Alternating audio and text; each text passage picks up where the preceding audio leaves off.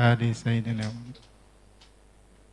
Bapak-bapak, ibu-ibu, alhamdulillah hari ini kita kembali berjumpa dalam kajian rutin Kamis, ya. Sekarang pertemuan 151. Tidak terasa sudah. Demikian panjang perjalanan kajian rutin kita. Alhamdulillah pada pertemuan kali ini kita ditemani oleh Ustazah Budian Ningsih, MSI.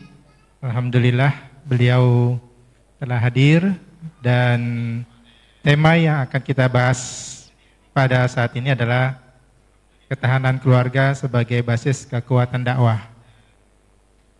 Ini tema yang sangat menarik buat kita semua dan tentunya banyak yang dikaliku di kehidupan keluarga para daiyah yang tentu nanti bisa ditanyakan kalau ada trouble-nya.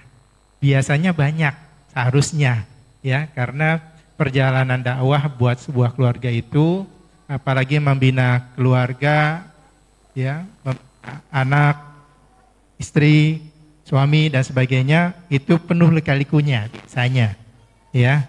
Nah, dari ini Ustazah akan mengungkapkan dan mohon disimak dengan sebaik-baiknya, dan nanti kalau ada yang kurang jelas atau ada permasalahan di rumah yang kira-kira berkenaan dengan tema yang disampaikan saat ini, silakan dipertanyakan.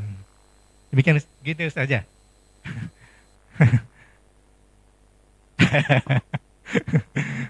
Ya, baik. Untuk mempersingkat waktu, sebelum kita mulai, kita baca umul kitab Al-Hadiniyah wa kulli niyatin sholihah. Al-Fatihah. A'udzu billahi minasyaitonir rajim. Bismillahirrahmanirrahim. Alhamdulillahirabbil alamin arrahmanir rahim maliki yaumiddin. Iyyaka na'budu wa iyyaka nasta'in ihdinas siratal mustaqim. Siratal ladzina an'amta 'alaihim ghairil maghdubi 'alaihim waladdallin. Lupa ditambahkan. Kajian kita sampai jam 5 lewat 20 ya. 5.20, setelah itu tanya jawab. Ya. Demikian. Silakan Ibu.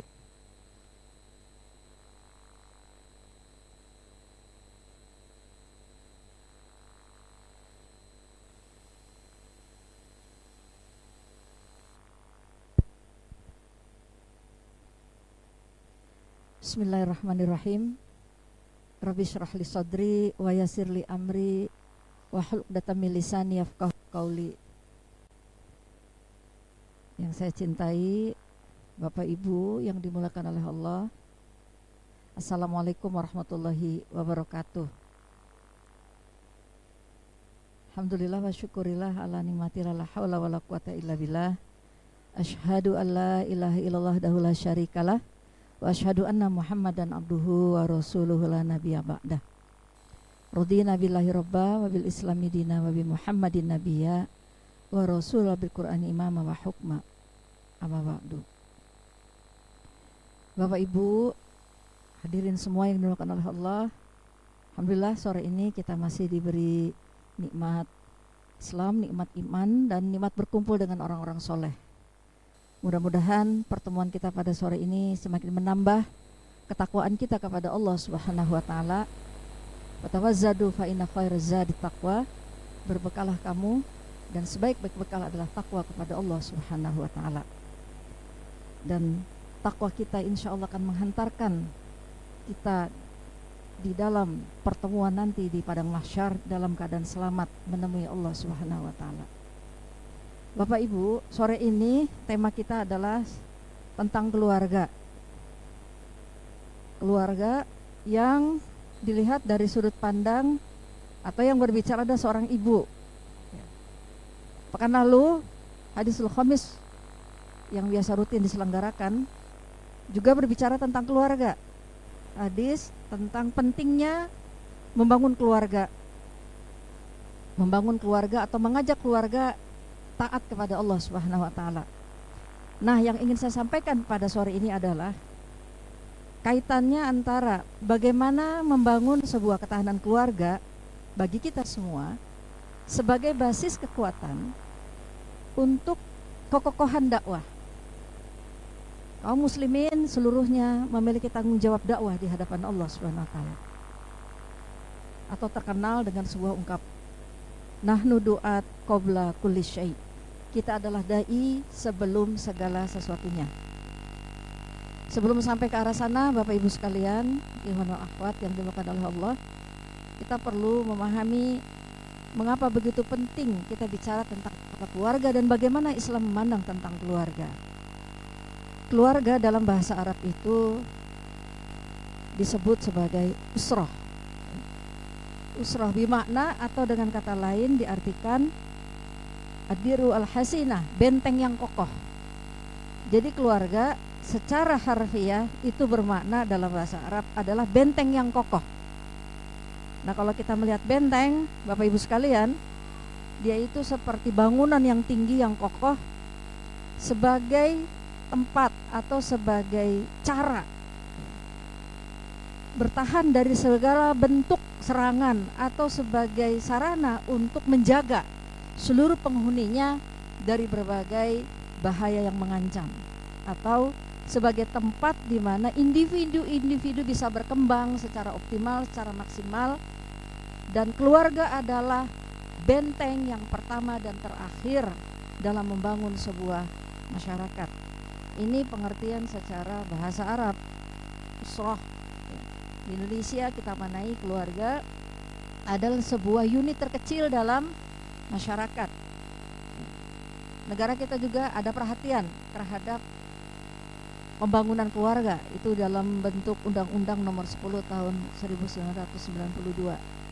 Bahkan di tahun 74 kita bangsa Indonesia telah melahirkan sebuah undang-undang perkawinan, di mana di sana dirumuskan bahwa perkawinan merupakan ikatan lahir batin antara seorang laki dan perempuan yang perkawinan yang sah berdasarkan agama dan keyakinannya. Jadi kita sebagai sebuah bangsa dan negara ini juga memiliki perhatian atau kepedulian terhadap bangunan keluarga ini. Tentu saja di atas semua itu bagaimana dengan pandangan agama kita, Islam. Kita teringat di dalam sebuah ayat dalam surat Al-Maidah ayat 3, ini adalah sebagian para mufassir menyebutkan ayat sebagai ayat yang terakhir yang diterima oleh Rasulullah SAW sebelum haji wada. A'udzubillahi minasyaitonirrajim. Bismillahirrahmanirrahim. Al-yauma akmaltu lakum dinakum wa atmamtu alaikum ni'mati wa raditu lakumul Islam madina. Jadi Rasulullah SAW sudah mendapat peneguhan dari Allah Subhanahu wa taala untuk menerima Islam sebagai sebuah ajaran yang sempurna, ajaran yang lengkap, ajaran yang mengatur semua kehidupan manusia.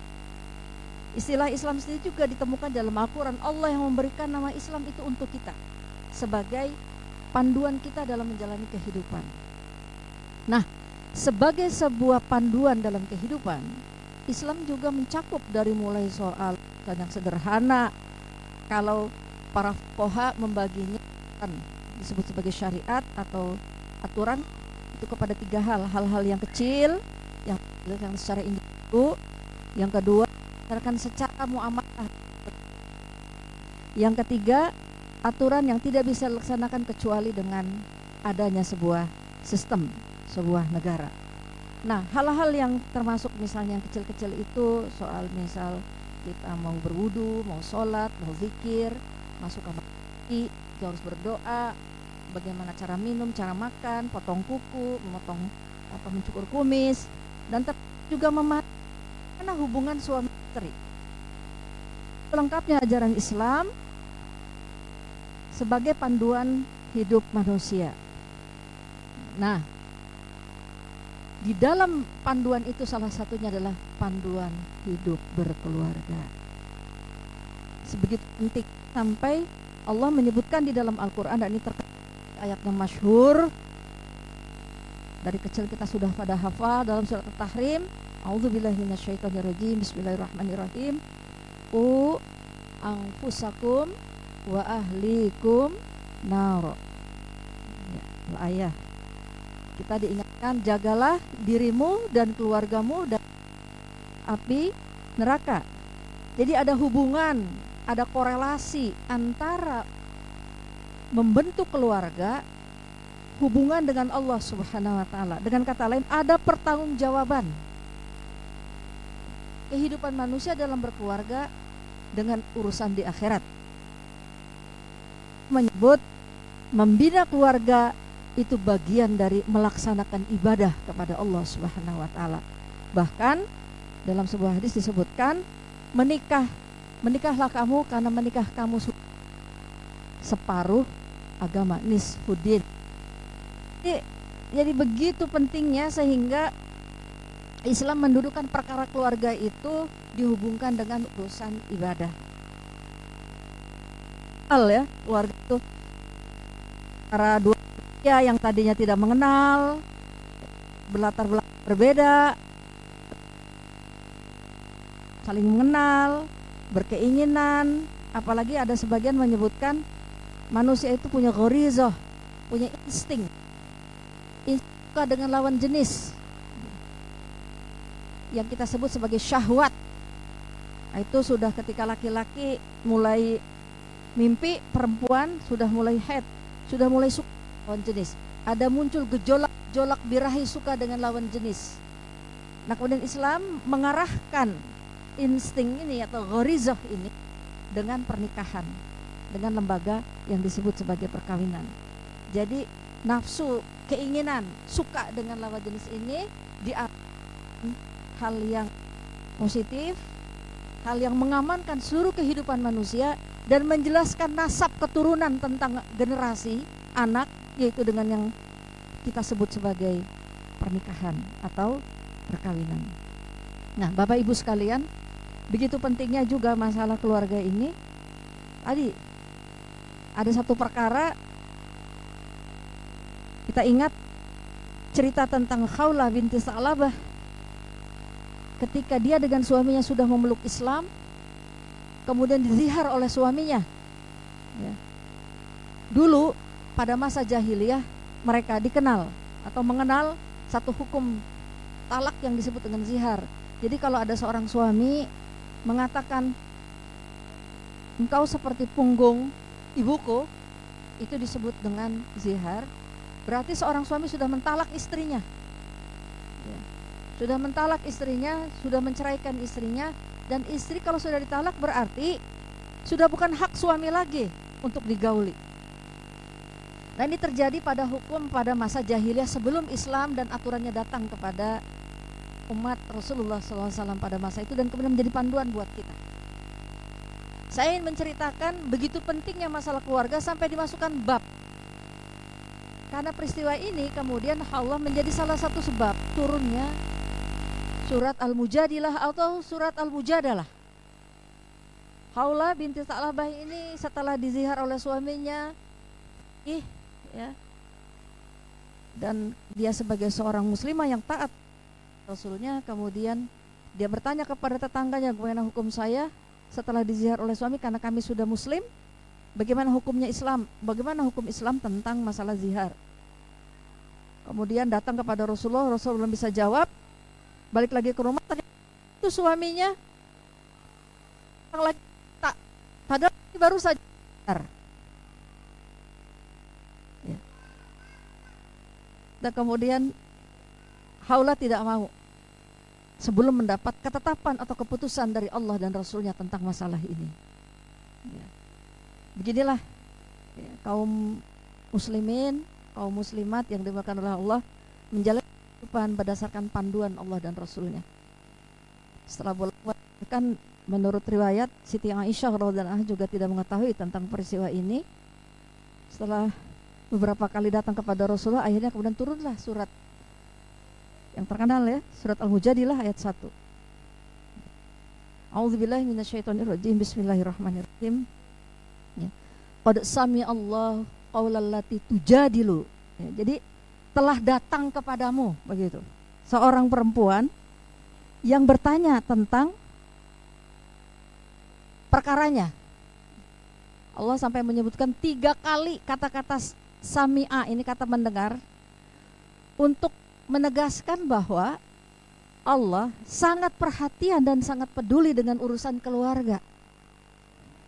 Qad sami'allahu qaulal lati tujadiluka fi zawjiha wa tashtaki ilallah. Wallahu yasma'u tahawarakuma. Innallaha sami'um basir. Kata-kata mendengar dalam ayat ini disebutkan sampai 3 kali.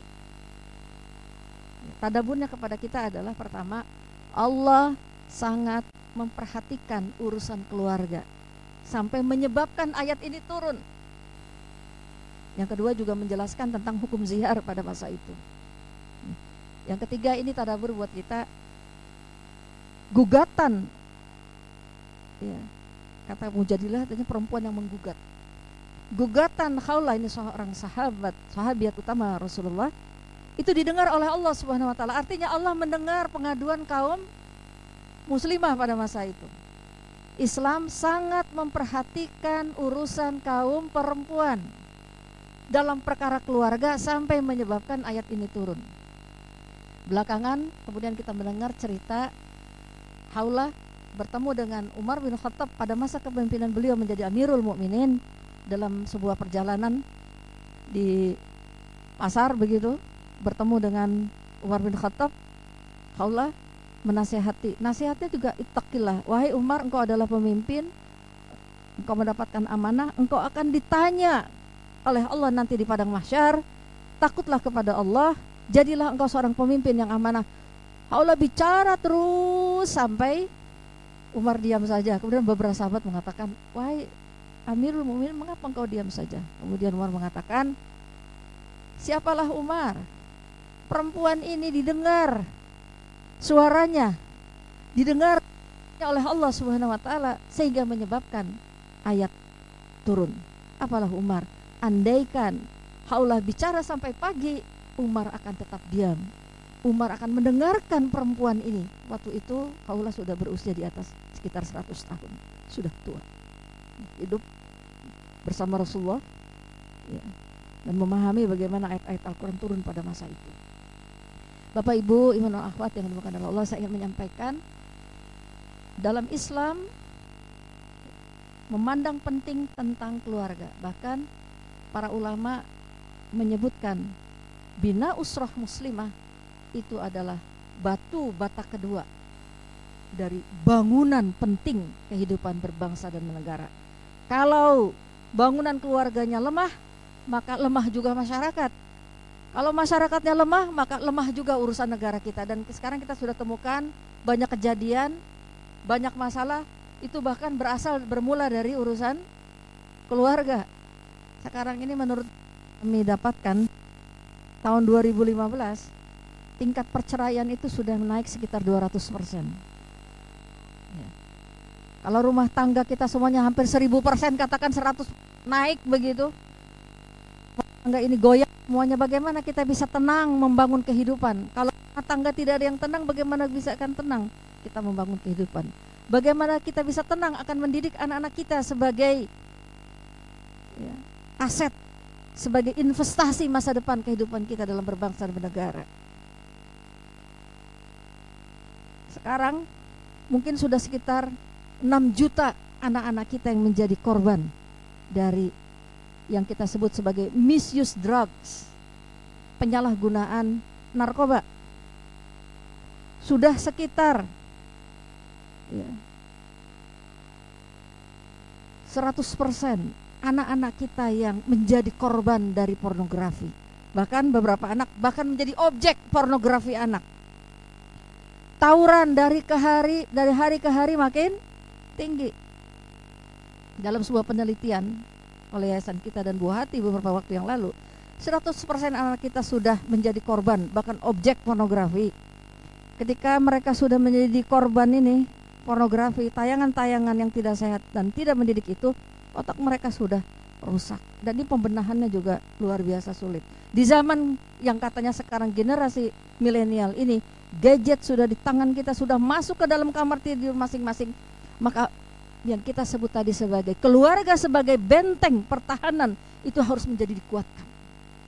Harus menjadi sesuatu yang kita pentingkan. Kalau tidak, maka sulit kita mengharapkan anak-anak kita lahir, generasi kita lahir lebih baik di masa yang akan datang. Belum aspek dari sisi kejujuran. Di sekitar kita, kita dapatkan begitu banyak perilaku korupsi. Kadang kita suka bertanya, bagaimana dulu mereka dididik di dalam keluarga kejujuran tentang amanah. Nah, kita banyak temukan kasus-kasus masalah-masalah. Ketika masyarakat tidak mau menerima, kemana mereka kembali? Tempat yang paling nyaman dan aman buat kembali adalah keluarga. Bahkan di beberapa negara sekarang sudah mulai berpikir. Dulu mereka di luar negara kita, ya di barat sana, mereka tidak menjadikan keluarga itu sesuatu yang penting. Nah, sekarang mereka sudah mulai berpikir kembali tatanan keluarga ini. Ketika terjadi banyak masalah penembakan, masalah kriminalitas, ya, dan begitu banyak masalah sosial, patologi sosial semakin meningkat di tengah masyarakat, mereka mengatakan ternyata tempat paling nyaman itu adalah keluarga. Hanya keluarga yang bisa menerima kita apa adanya. Ya. Dan sesungguhnya juga dalam pandangan universal itu memiliki nilai-nilai yang sangat natural, yang sangat dibutuhkan oleh setiap manusia. Bahkan kalau kita lihat, usia keluarga sendiri itu adalah sama dengan usia manusia itu sendiri. Banyak sekali teori-teori tentang keluarga dari zaman dulu, dari zaman Nabi Adam berkembang dalam masalah-masalah sosial. Keluarga ada sejak manusia itu ada. Bapak Ibu, kita sedang bicara dalam konteks Islam.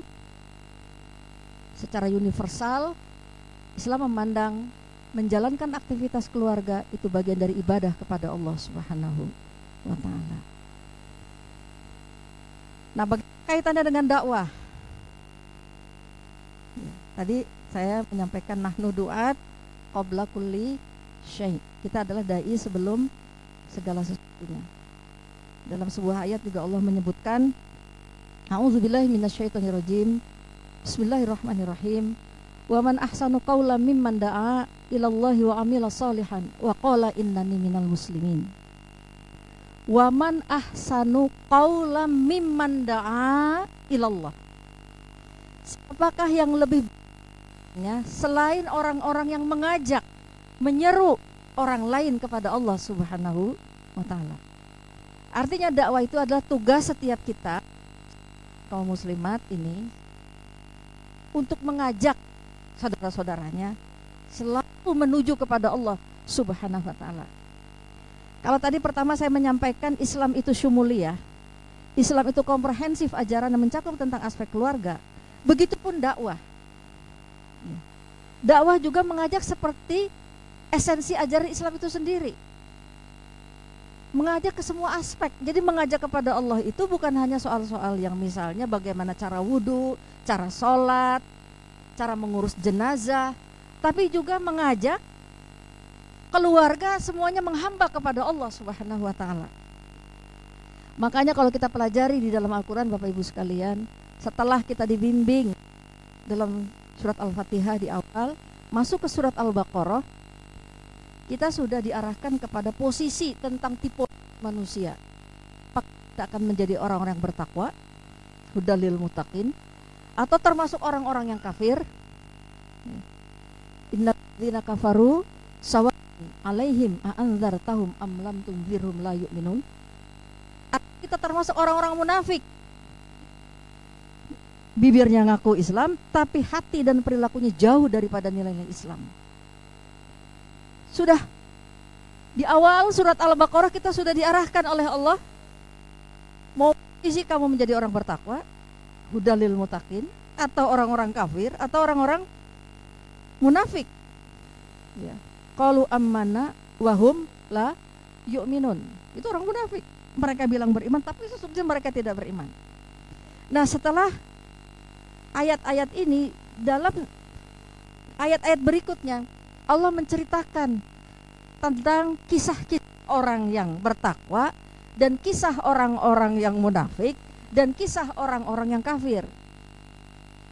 Setelah surat Al-Baqarah kita akan mendapatkan nama sebuah surat. Dia satu di antara Ashabut Tiwal, satu di antara 7 surat panjang terkenal sekali, disebut Ali Imran, keluarga Imran. Keluarga Imran ini menggambarkan tentang sebuah keluarga dakwah. Menurut riwayat, Imran ini bukan seorang nabi dan rasul, tapi dari keluarga Imran lahir para nabi dan rasul. Lahir seorang perempuan, tokoh perempuan, qanitat, hafizat, abidat, Maryam al-Batul, yang disebutkan oleh Rasulullah satu di antara 4 perempuan penghulu surga. Itu lahir dari keluarga dakwah Ali Imran. Jadi setelah kita diarahkan dalam Baqarah, ada di dalam juga kisah-kisah Bani Israel. Lalu Allah menggambarkan tentang kisah sebuah keluarga dakwah, yaitu keluarga Ali Imran. Laqad kana fi qasasihim ibrah. Sesungguhnya di antara semua kisah-kisah itu memberikan pelajaran buat kita semua. Saudaraku sekalian, mengapa kita diperintahkan oleh Rasulullah untuk tilawatul Qur'an yaumian? Kenapa kita diperintahkan untuk membaca Al-Quran setiap hari? Agar bisa dan mampu meneladani tentang kisah-kisah keluarga dakwah ini. Ketika kita sekarang ini menisbatkan diri kita untuk hidup di jalan dakwah, maka menjadi sebuah keniscayaan, hukum kausalitasnya adalah kita menjadikan keluarga-keluarga dakwah yang menjadi panutan itu dalam kehidupan kita sehari-hari. Dan Ali Imran adalah sebaik-baik kisah buat kita semua. Ya, Masya Allah, lah ada di situ Nabi Zakaria, ada Nabi Yahya, ada Nabi Isa. Ya. Masya Allah, diceritakan tentang ketaatan semua anggota keluarga itu untuk taat kepada Allah Subhanahu wa Ta'ala. Ya. Ibu sekalian, di dalam Al-Quran, kalau kita lihat setelah Ali Imran, digambarkan lagi tentang kisah-kisah keluarga sukses, keluarga dakwah, yang semua gambar berhasilan sosok ayah. Sosok ayah yang menjadi pemimpin di dalam rumah tangga itu. Saya menghantar misalkan unsur keluarga itu seperti apa yang diarahkan dalam Islam. Yang pertama adalah pentingnya hadir sosok keluarga. Keluarga adalah sebuah kumpulan dari sebuah, kalau kita sebut tadi unit terkecil, berarti dia semacam sebuah organisasi kecil. Sebuah organisasi kecil yang terdiri daripada ayah, ibu atau suami dan istri. Nah, dalam sebuah kumpulan itu mesti ada yang memimpin. Dan pemimpin itu adalah ayah. Ar-rijalu qawwamuna 'alan nisa. Kalau kita lihat di dalam kisah Ali Imran, nanti di belakang itu ada lagi kisah tentang Ali Ibrahim, Ali Yakub. Bahkan ada satu khusus di orang ayah, yaitu pendidikan anak. Islam meletakkan posisi ayah dalam keluarga adalah sebagai pemimpin yang mengarahkan keluarganya kepada surga atau kepada neraka. Dengan bahasa lain, seorang ayah harus memiliki dalam membangun keluarga, dan visi adalah visi al-hayatu ba'dal maut. Qu anfusakum wa ahlikum. Nah, makanya dalam hadis itu, ketika seseorang pemuda sudah mulai suka dengan lawan jenis, tadi saya menyebutnya, itu diarahkan oleh Rasulullah, menikahlah kalian, nikahilah kalian. Itu diperintahkannya kepada laki-laki, karena laki-laki yang biasanya mencari.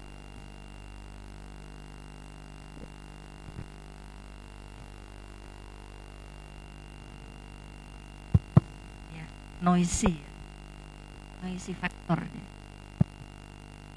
Bismillah ya. Jadi Rasulullah itu mengarahkan kepada kaum laki-laki syabab pada masa itu, menikahlah kalian, bakal disebutnya nikahlah kalian kepada perempuan itu karena 4 hal. Li jamaliha, kecantikannya, karena kecantikan ini yang lihat pertama kali yang kelihatan itu fisik sebelum hatinya.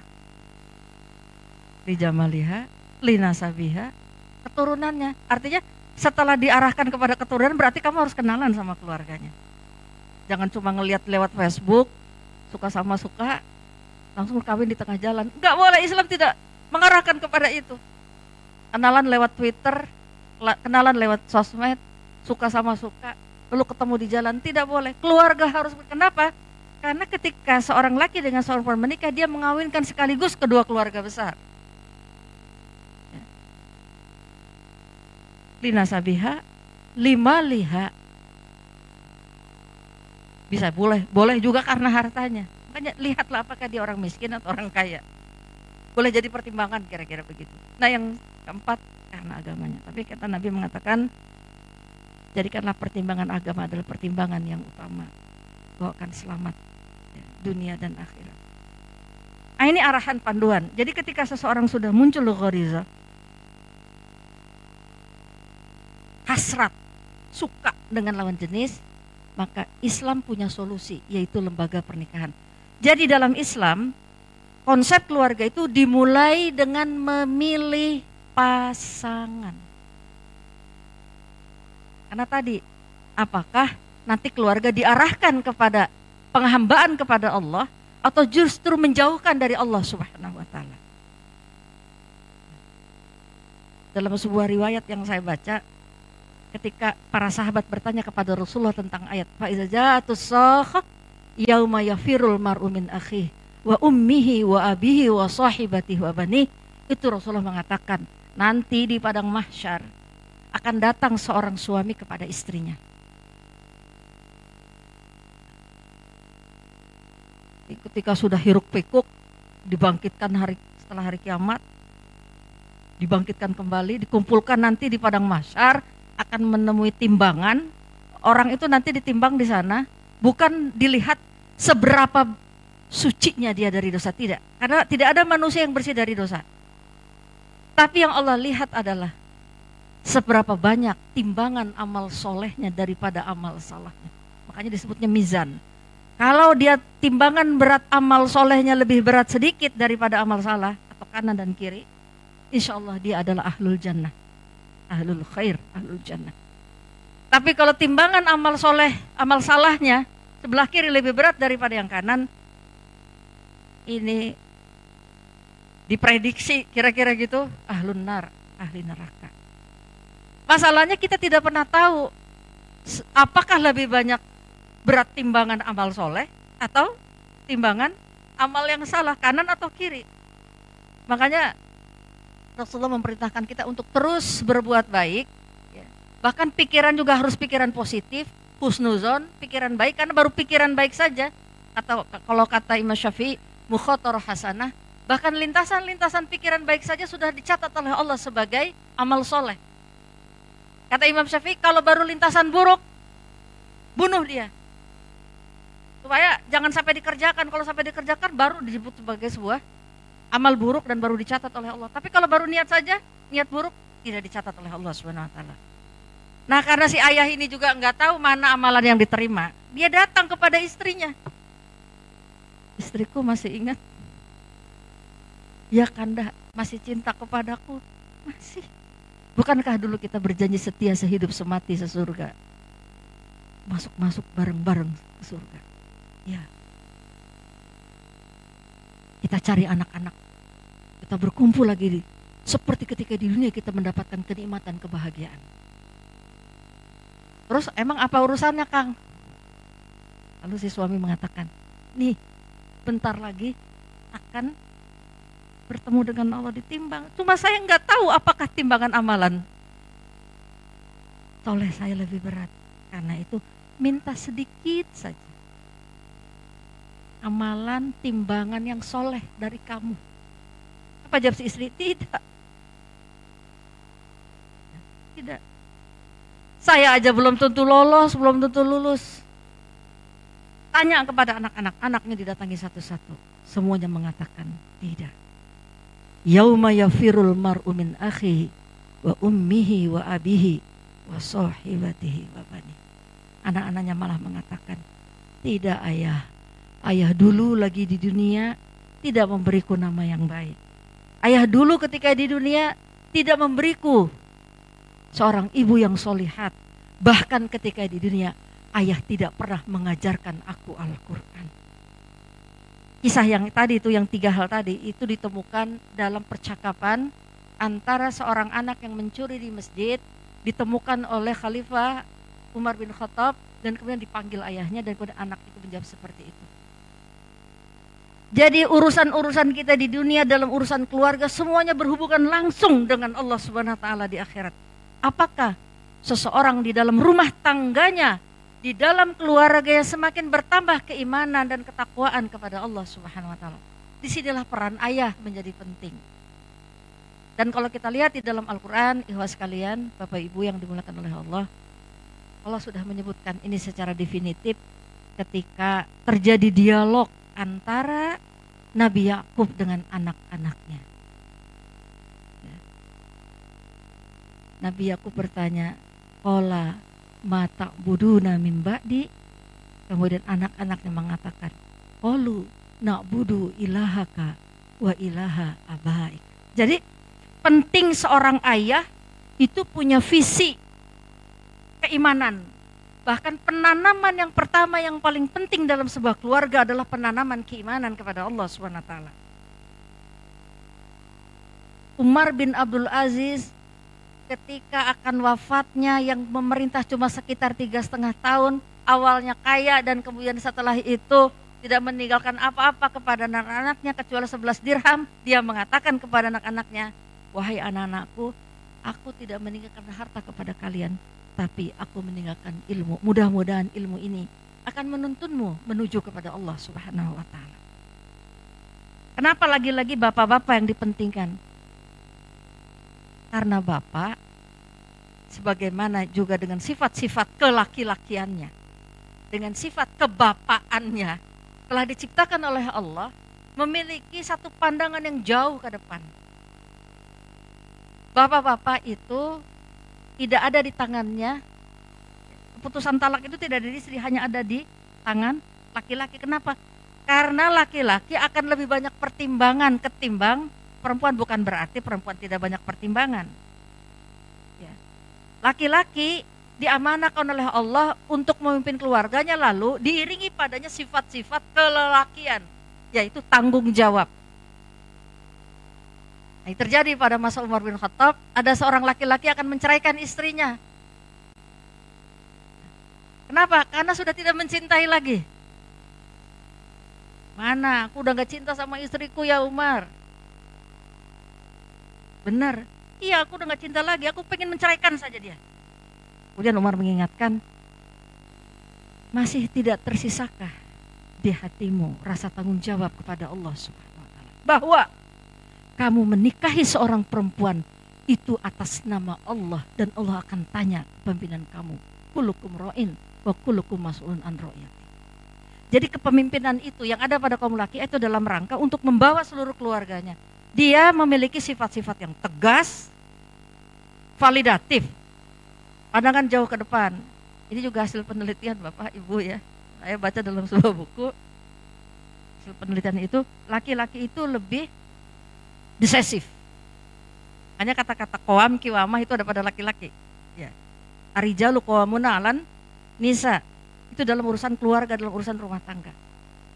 Karena dia tegas. Seorang anak di dalam rumah, ketika terjadi dialog-dialog, mungkin bujukan-bujukan yang akan merubah nilai dalam kehidupan struktur keluarganya, sementara ibu masih bisa diajak kompromi, ibu masih bilang, ya udah nggak apa-apa, sekali aja ya, gitu.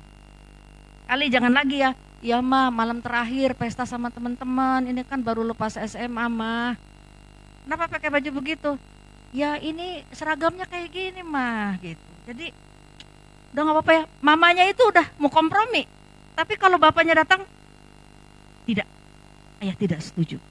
Ketika anak itu ada di dalam rumah, dia mendapatkan sosok yang tegas seperti ayah.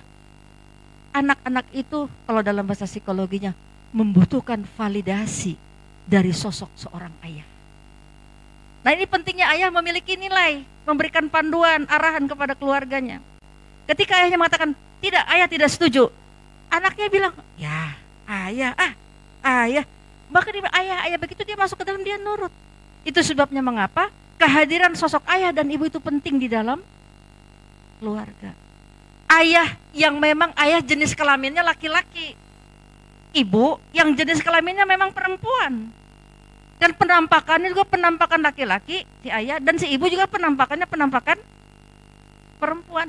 Ini yang dipentingkan oleh fitrah anak dalam sebuah keluarga. Kenapa kepemimpinan kalau dalam konteks normal ya, tidak istri, tidak perempuan yang diberikan amanah ini? Karena perempuan punya tugas yang mulia, yaitu membangun peradaban, membentuk generasi yang dia mulai dari rahimnya. Apa yang dipikirkan, apa yang dimakan seorang ibu, itu akan dimakan dan akan difikirkan oleh anak.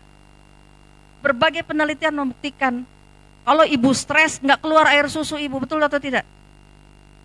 Ibu stres ASI nggak keluar, makanya bapak-bapak kalau lagi melihat istrinya menyusui atau hamil ditepuk-tepuk. Mah, udah keluar ASI-nya. Itu rasanya seluruh dunia bertekuk lutut di hadapan kaki seorang perempuan. Masya Allah. Perhatian. Seluruh letih lelahnya ketika dia sedang hamil dan melahirkan diperhatikan oleh para suami. Pada para istri, ini akan memberikan semangat.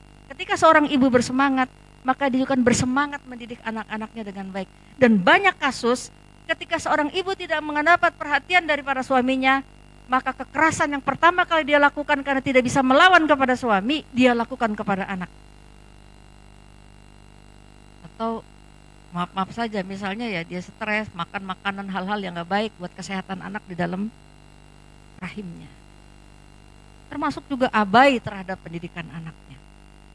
Nah, Islam sangat memperhatikan ini, makanya sosok ayah itu menjadi sosok penting dalam keluarga. Dia menjadi pemimpin, bahasanya itu ayah membuat GBHK, garis-garis besar haluan keluarga. Sementara ibu mengisi rumahnya, menata laci-lacinya, membuat aksesorinya, dan kemudian memperhatikan tumbuh kembang anak-anak kita ketika para suami mencari nafkah di luar rumah. Nah, Islam meletakkan ini bukan berarti bapak-bapak lebih tinggi dari ibu-ibu atau ibu-ibu lebih rendah dari laki-laki, tidak. Tapi membangun kemitraan agar terjadi keharmonisan dan keseimbangan dan anak-anak kita tumbuh secara normal dan wajar. Tumbuh kembangnya itu secara normal dan wajar. Kenapa? Karena dia akan menjalani kehidupan selanjutnya. Kalau dia tidak menemukan hal-hal yang normal dalam kehidupannya, peran ayah yang terabaikan, peran ibu yang terabaikan, kelak lahir anak-anak yang kita sebut sebagai lost generation, anak-anak yang hilang. Ada ayah tapi tiada, dan Indonesia sekarang dalam kondisi tidak punya ayah. Ya. Ayahnya ada fisik cuma cari nafkah, udah gitu nggak penting anaknya mau sekolah, anaknya mau sholat, anaknya mau ngaji atau tidak, I don't care. Kasus-kasus narkoba yang terjadi pada anak remaja, tingginya, mohon maaf, pergaulan bebas pada anak remaja, anak-anak yang menjadi korban pornografi, dari hasil penelitian membuktikan mereka karena kurang perhatian di dalam rumah. Lalu mereka mencari lingkungan sendiri, peer group, dan ketemunya hal-hal yang tidak sehat. Jadilah anak-anak yang kehilangan ayah. Ayah ada tapi tiada. Begitu kerasnya Islam memandu masalah ini sampai menempatkan kisah-kisah keluarga sukses dalam dakwah itu dengan menampilkan sosok-sosok ayah di dalam Al-Quran. Agar ayah tidak lupa tentang visi penting membangun keluarga ini. Nah, ayuhah sekalian, inilah hubungan antara pentingnya membangun ketahanan keluarga dalam konteks dakwah di bagian persiapan keluarga, yaitu memilih pasangan. Nah, jadi setelah menikah, terbentuk suami istri, berkeluarga, kemudian punya anak, keturunan. Kalau ada khodimah, berarti khodimah masuk di dalam penataan keluarga ini, semuanya dipandu dalam aturan Allah Subhanahu wa taala. Ya. Agar terjadi keberlangsungan, ya, risalah Islam. Maka betul apa yang dikatakan bahwa keluarga adalah batu bata bangunan kedua yang penting dalam membangun masyarakat dan negara. Keluarganya baik, maka masyarakat dan negara ini akan baik. Dan dakwah yang kita serukan adalah juga syumuliyah, komprehensif. Kita jangan sampai terjadi satu ayat terjadi pada diri kita, na'udzubillah min dzalik, kabura maqtan indallahi an taqulu ma la ta'malun. Kita menyuruh orang kepada Islam, kita menyuruh orang kepada Allah, tapi tidak memberikan keteladanan dalam aspek keluarga. Orang akan mencibir, orang akan membuli, nyuruh-nyuruh orang kepada sholat, kepada Islam, tapi ternyata anak-anaknya tidak ada yang sholat. Nyuruh-nyuruh orang kepada Islam, tapi anak-anaknya tidak ada yang menutup aurat.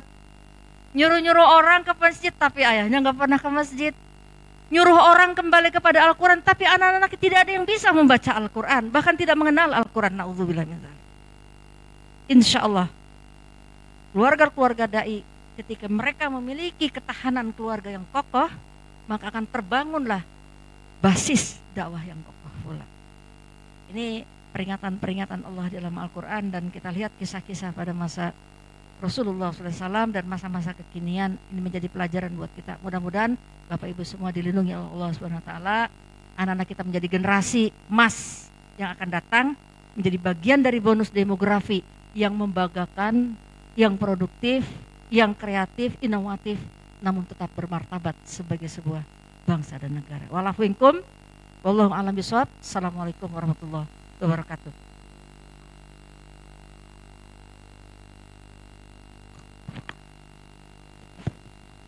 Alhamdulillah, barusan kita dengar cukup menarik apa yang Ustazah sampaikan. Mungkin saya buka pertanyaan sesi pertama dengan dua penanya dulu ya. Satu dari bapak-bapak, ibu-ibu ada? Ibu-ibu ada yang bertanya? Baik, sebutkan nama ya Bu, Pak, Ibu dan Bapak.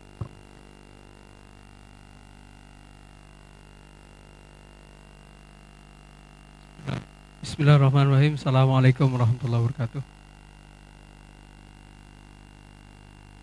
Nama saya Rahmatullah dari BKU lantai 4. Saya mau menanyakan, ini yang mungkin tidak dominan ya, tapi sering terjadi di keluarga itu konfliknya karena anak. Biasanya orang tua kalau masalah anak itu ada yang saling menyalahkan antara bapak dengan ibunya.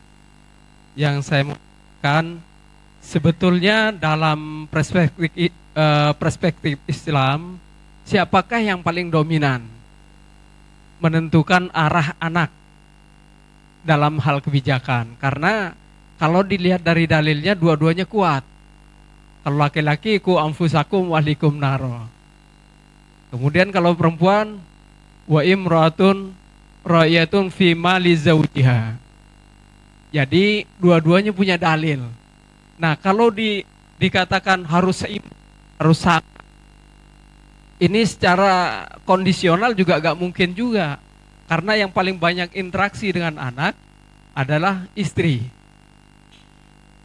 Memang itu kebijakan mutlak di kebijakan bapak, ya mohon maaf, berarti perempuan harus tahu diri. Atau sebaliknya, kalau kebijakan mutlak di tangan ibu yang paling tahu kondisi anak, ya bapak harus tahu diri juga, harus bisa mengerem. Nah, kalau menurut Islam, siapakah yang paling dominan? Itu aja. Assalamualaikum warahmatullahi wabarakatuh.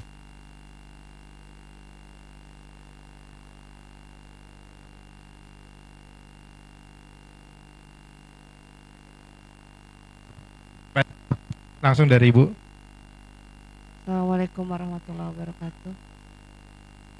Nama saya Trisnani dari Kampung Rambutan, Ustazah. Yang ingin saya tanyakan gini, Ustazah, tadi kan digambarkan sebelum menikah itu kita sudah mengenalkan calon, atau mungkin anak-anak itu kita beri gambaran bagaimana dia menghadapi nanti masa depan ketika menikah. Mungkin itu bisa terjadi ketika kita memahami gitu ya, step-step itu. Tapi bagaimana kalau misalnya ada sebuah keluarga yang terbentuknya itu ya dengan karena memang harus menikah, sudah waktunya, tidak melalui proses-proses itu, sehingga dia memulai keluarga itu mendidiknya dengan apa adanya, dengan ilmu seadanya. Kemudian bagaimana bisa mengubah ketika di tengah perjalanan, kemudian orang tua baru menyadari, oh ternyata saya salah nih gitu, mendidik anak dengan cara seperti ini. Kira-kira bisa tips apa atau bagaimana caranya kita mengubah cara pandang anak atau kebiasaan yang sudah terjadi demikian untuk di sekian 180 derajat. Mungkin anak tidak biasa dan mungkin kita juga sebagai orang biasa dengan harus berubah nih gitu. Ini sekarang nggak begini. Bagaimana caranya kita menghadapi anak untuk mengubah sesuatu yang tidak biasa itu biasa gitu, Ustazah.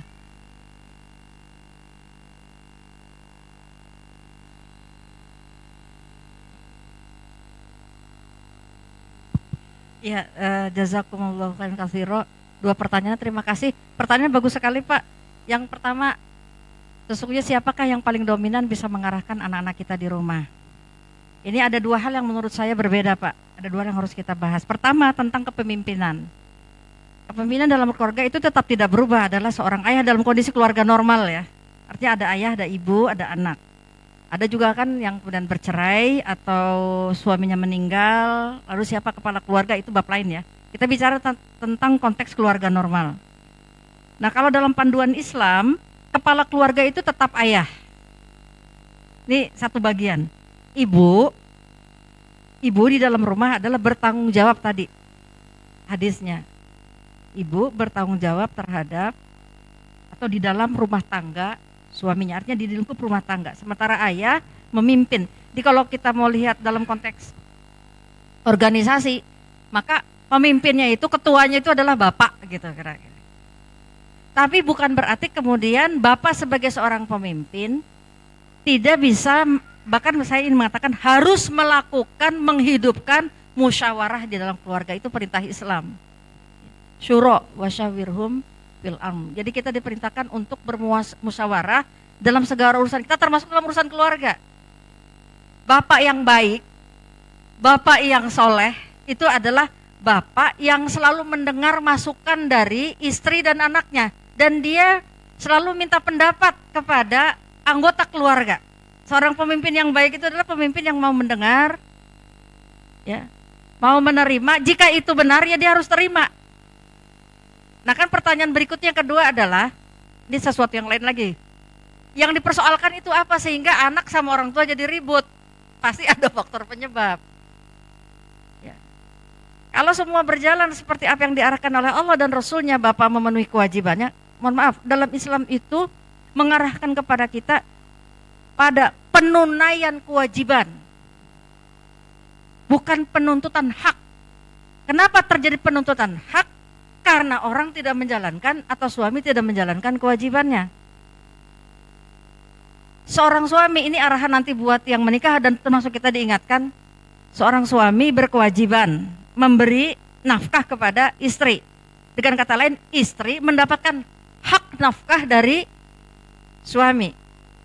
Ayah mencari nafkah. Apabila dia berpakaian, maka berikanlah pakaian yang sama seperti yang ayah pakai untuk istri dan anak. Gitu. Apa yang dia makan, maka itu yang dimakan oleh istri dan anak. Kalau ayah menjalankan kewajiban ini yang mendasar dulu, maka istri dan anak akan mendapatkan haknya. Nah, itu yang sifatnya kebutuhan, kalau dalam istilah ketahanan keluarga, ketahanan fisik.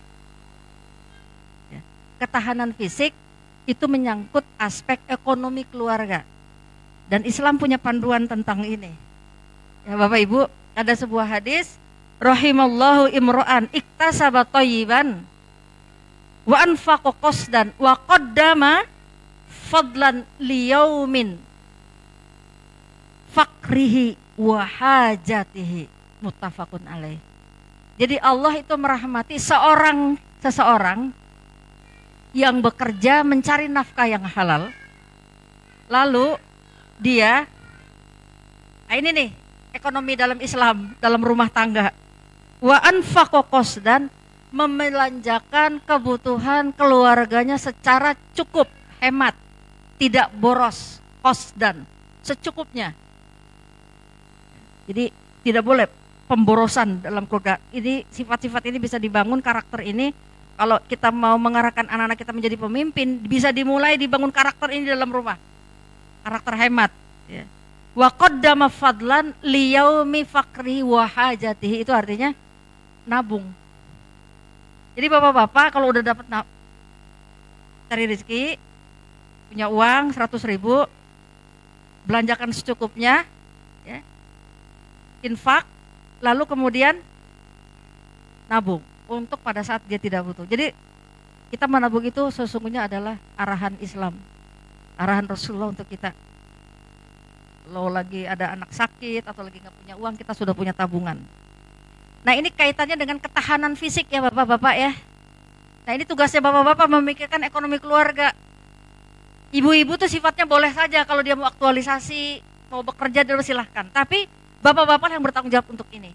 Ini yang disebut sebagai aspek ketahanan yang dasar di dalam ketahanan keluarga. Bisa dibayangkan kalau keluarga-keluarga dai tidak tenang dalam aspek ini, ketahanan fisik, ya bagaimana mungkin dia bisa melakukan produktivitas di dalam masyarakatnya untuk menyuruhkan orang lain kepada jalan Allah, sementara dia sendiri gelisah, tidak tenang, tidak ada kekokohan di dalam keluarganya. Ini yang paling kebutuhan mendasar, menyangkut sandang, pangan, papan. Baru berikutnya, ikhwas sekalian, adalah yang tadi, sifat-sifat hubungan komunikasi. Silakan dibaca di dalam buku Manhaj Islah. Itu perhatian terhadap ayah itu menjadi perhatian yang kedua setelah memperhatikan prinsip-prinsip syariat. Prinsip-prinsip syariat itu adalah tadi menjalankan kewajiban. Setiap anggota keluarga menjalankan kewajibannya masing-masing. Baru yang kedua, ayah yang memimpin seluruh anggota keluarga kepada Allah atau tidak. Jadi ayah itu sebelum menyebut istri, anak, itu ayah dulu. Nah, aspek kebutuhan yang dasar tadi yang disebut dengan ketahanan fisik, itu menyangkut aspek ketahanan ekonomi dalam keluarga. Jadi prinsip-prinsipnya sudah diarahkan oleh Rasulullah. Nah baru, ya sekalian kita bicara tentang tadi komunikasi, dialog. Bagaimana gaya kita berkomunikasi dengan anak. Kadang-kadang itulah yang bisa menimbulkan salah paham. Bapak-bapak perlu banyak latihan tentang bagaimana mendengar. Karena biasanya ibu-ibu ngomongnya banyak, anak-anak juga kadang-kadang ngomong gak sesuai dengan keinginan ayah. Latihanlah bapak-bapak untuk belajar mendengar sampai selesai anak-anak kita bicara. Jangan lagi terjadi pada keluarga-keluarga dakwah itu yang bilang ayahnya sudah capek, pulang kerja, pulang berdakwah, tiba-tiba anaknya masuk, bilang ayah, ya ada pelajaran matematika susah sekali. Sana sama Umi, ayah capek. Dia anaknya bilang setiap kali mau nanya ayah selalu bilang capek sama Umi. Ayah, tadi temanku alah yang kayak gitu aja diomongin sama Abi. Jadi gimana anak mau bicara? Ya. Nah ini kehadiran ayah itu di sini penting. Kalau saya tadi kan menyampaikan tentang hal yang paling mendasar itu tentang membangun dialog ideologis seorang ayah pada anak.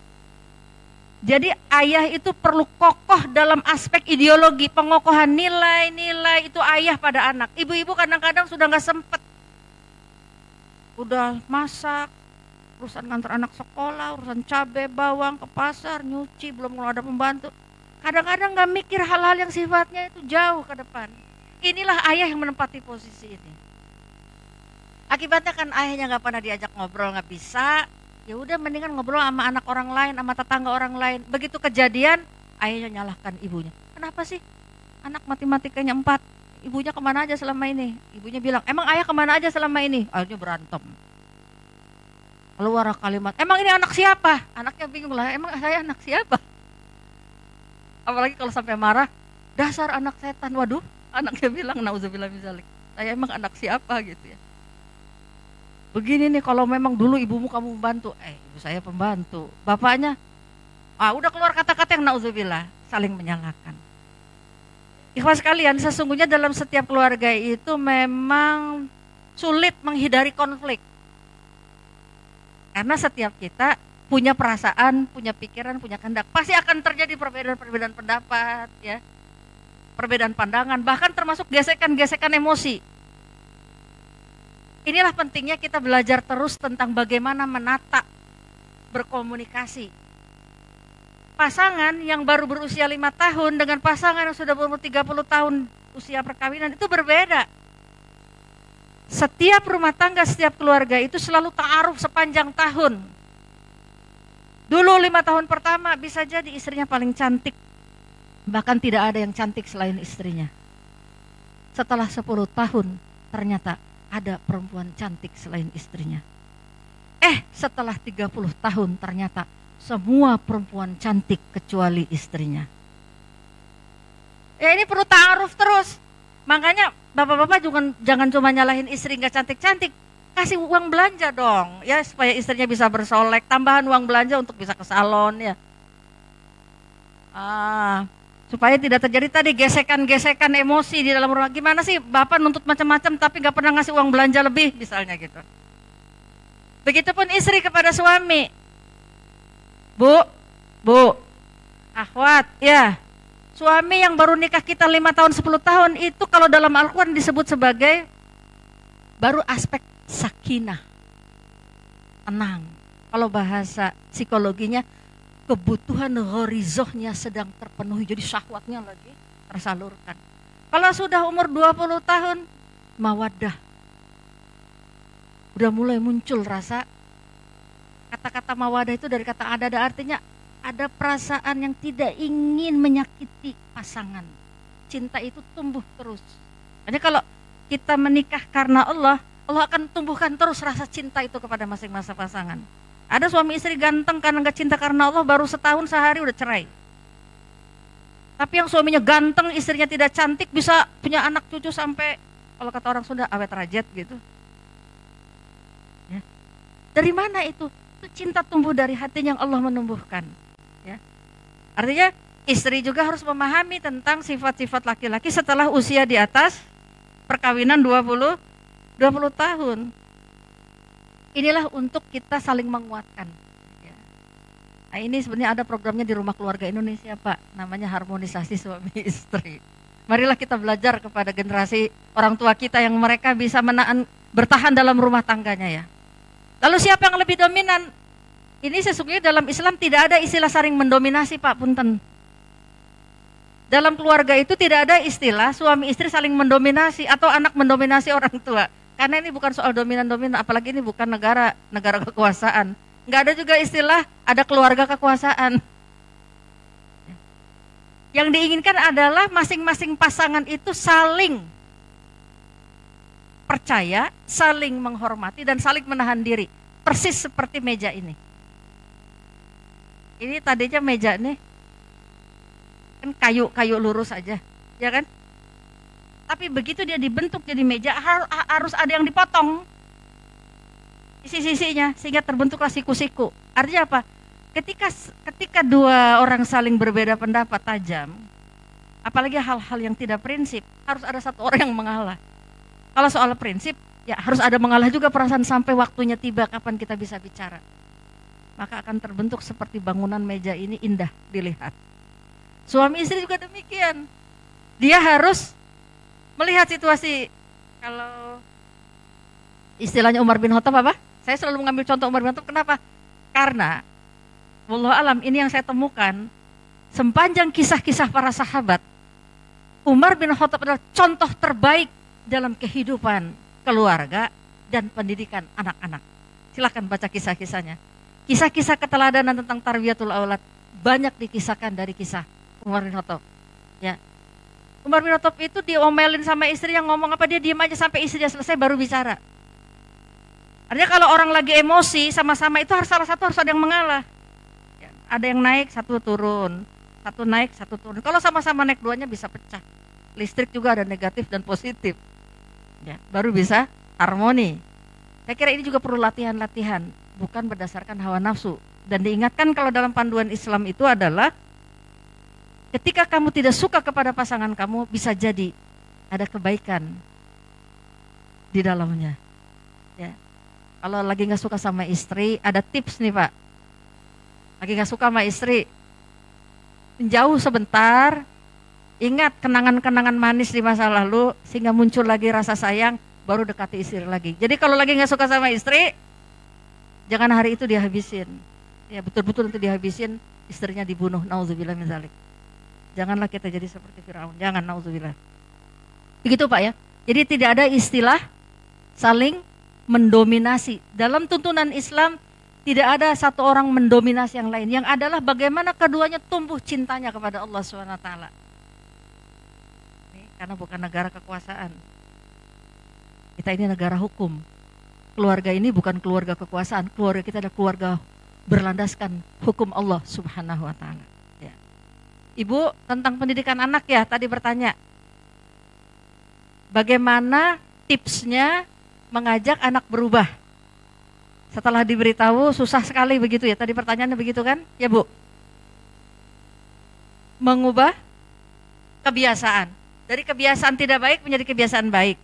Ya. Yang ingin kita ingatkan pertama kali adalah pendidikan itu adalah sebuah proses.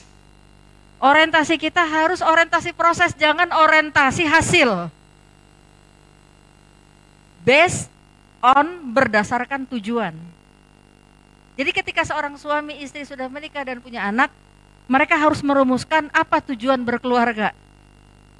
Cita-cita kita apa? Kalau perlu Bu, buat peta perjalanan keluarga kita. Ya. Punya anak tahun 2016, 10 tahun lagi, berarti 2026, anak kita sudah usia berapa, sekolah di mana, karakter apa yang dia miliki, sudah selesai hafalannya seberapa surat, punya sifat apa saja, itu dibuat kurikulumnya. Lalu siapa yang mengerjakan? Lalu siapa yang mendanai? Udah, bapak aja yang nyari duitnya, ibu bagian menjaga anak. Kalau sepakat, nggak apa-apa. Yaudah, bapak juga cari uang, ibu cari uang. Kalau sepakat, kenapa tidak? Kalau begitu anak-anak bagaimana? Kita cari solusi. Semuanya harus berlandaskan syuro di antara bapak dan ibu. Jadi dibuat tujuan-tujuannya, tahapan-tahapannya. Kita buat sesuai dengan usia Rasulullah SAW sampai umur 63 tahun. 3 tahunnya itu bonus. Kalau kita memacu kepada Undang-Undang Indonesia 60 tahun adalah usia lansia, kita buat aja. Panduannya itu dari 0 sampai 60 tahun. Kita bagi 3 Bu, 20 tahun pertama, 20 tahun kedua, dan 20 tahun ketiga. Kenapa? Karena usia Rasulullah SAW diberikan amanah oleh Allah di usia 40 tahun. Artinya kita harus memikirkan anak-anak kita ke depan, kalau kita sudahlah produk masa lalu. Anak-anak kita itu harus berbakti kepada umat ini, harus selesai dalam segala urusannya dan dia berkontribusi besar terhadap umat dan bangsa ini mulai di usia maksimal 40 tahun. Itu harus selesai studi sampai S3, menguasai sekian bahasa. Kalau perlu 3 bahasa sekarang kan, Arab, Inggris, Cina misalnya, atau Arab, Inggris, Jerman, atau Arab, Inggris, Prancis minimal misalnya. Menikah di usia berapa? Usia 20. 21 tahun itu selesai. Selesai? S1 kan? Berarti mau nikah mulai di atas usia 21 sampai usia 40. Buat perempuan, usia produktif. Berarti kalau kita perkirakan, kita menikah usia 23 atau 25, 25 sampai 40, anak pertama kita sudah berusia 15 tahun. Mau dikemanakan anak kita? Itu bisa kita petakan, bisa kita rencanakan dari sekarang. Untuk apa? Untuk memandu kita. Sehingga ketika kita melangkah, kita punya acuan. Oh kok baru sadar 9 tahun anak kita belum bisa baca Quran. 10 tahun anak kita ternyata cium tangan sama orang tua, salam aja gak bisa. Ada apa dengan kita? Karena kita gak pernah merumuskan tentang itu, kita gak punya panduannya, tiba-tiba kita saling menyalahkan antara suami dengan istri. Tuh gara-gara Umi terlalu sibuk dakwah, ngurusin keluar rumah, anak-anaknya terlantar. Uminya juga ngomong gitu, abinya juga gak pernah nyari duit. bisa nyala airnya, bertengkar.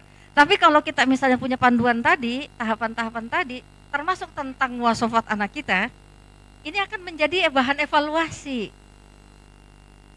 Kok heran ya anak kita umur 12 tahun melawan, disuruh sholat nggak mau. Ada anak-anak dai yang umur 12-15 tahun disuruh sholat, matanya melotot sama ibunya. Ngapain sholat? Nauzubillah, jangan terjadi begitu buat kita ya.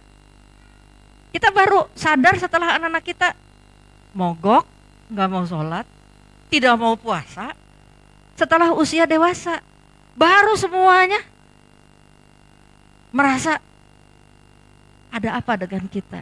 Tapi kalau sejak awal kita memandu ini, kita buat petanya, kita arahkan, ini akan menjadi bahan evaluasi. Nah, ini berlandaskan, Bu, saya teringat Muhammad Qutb dalam bukunya Pokok-pokok Pendidikan Islam. Beliau itu memberikan satu pandangan kepada kita tentang 5 metode pendidikan dalam Islam. Pertama, keteladanan. Kedua tadi, pembiasaan. Pembiasaan itu artinya harus berulang. Kalau telah terjadi kebiasaan yang tidak baik, berarti ada masalah dengan kita. Kenapa anak kita nggak mau sholat ke masjid? Jangan disalahkan anaknya, bisa jadi bapaknya nggak pernah ngasih contoh.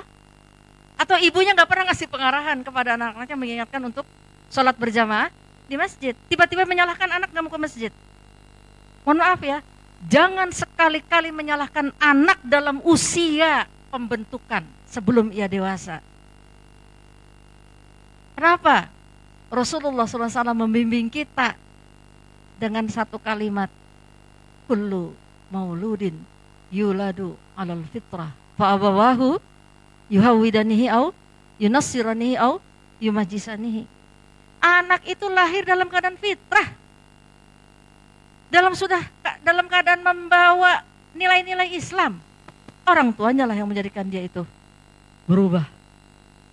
Jadi hati-hati di usia pembentukan. Di mana usia pembentukan itu? 0 sampai 7 tahun. Kata Muhammad Qutb, perhatikan 0 sampai 7 tahun karena di situ karakter anak mulai dibentuk. Kalau kata Sayyidina Ali, perlakukan, dekati anak di usia 0 sampai 7 tahun bagaikan raja. Di situ baru ketemu nyambung dengan perintah sholat anak di usia 7 tahun. Saya kira tidak mungkin Rasulullah nyuruh anak sholat di usia 7 tahun tanpa ada pembiasaan sebelumnya.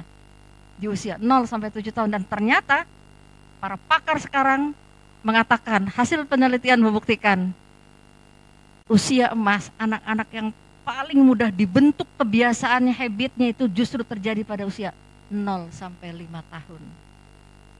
Jadi hati-hati dengan usia ini. Kenapa? Anak lagi niru, dia nggak mau pisah sama ibunya kan. Justru pada saat dia lagi nirunya itulah anak itu dibentuk. Kalau bahasa saya, seperti keramik yang lagi hangat-hangatnya itu, mau dibentuk apa saja insya Allah jadi. Mau dibikin kayak Hitler bisa, mau dibikin kayak Napoleon bisa insya Allah. Tapi insya Allah mau diarahkan menjadi seorang ulama seperti Imam Bukhari, insya Allah, biiznillah. Tergantung orang tuanya. Makanya yang punya visi itu sekali lagi ayah. Bawa ke rumah nafkah yang halal, arahkan keluarganya menyembah semuanya kepala, jadi contoh terbaik di dalam rumah itu adalah ayah. Ayah itu tulang punggung utama, yaitu tegak. Layaknya begini gimana istrinya. Allahu Akbar. Mudah-mudahan bermanfaat ya Bu ya. Insya Allah proses kita berharap adalah anak-anak kita semuanya sesuai dengan arahan ayah dan ibunya. Wallahu a'lam bishawab. Assalamualaikum warahmatullahi wabarakatuh. Waalaikumsalam warahmatullahi wabarakatuh. Baik, alhamdulillah Rabbil alamin telah kita mendengarkan tadi jawaban dari Ustazah. Kita akhiri kajian kita dan kita bertemu lagi dengan kajian-kajian berikutnya di Kamis yang akan datang, dan kita tutup dengan kafaratul majelis. Subhanakallahumma bihamdika asyhadu an la ilaha illa anta astaghfiruka wa atubu ilaik. Alhamdulillahirabbil alamin. Assalamualaikum warahmatullahi wabarakatuh.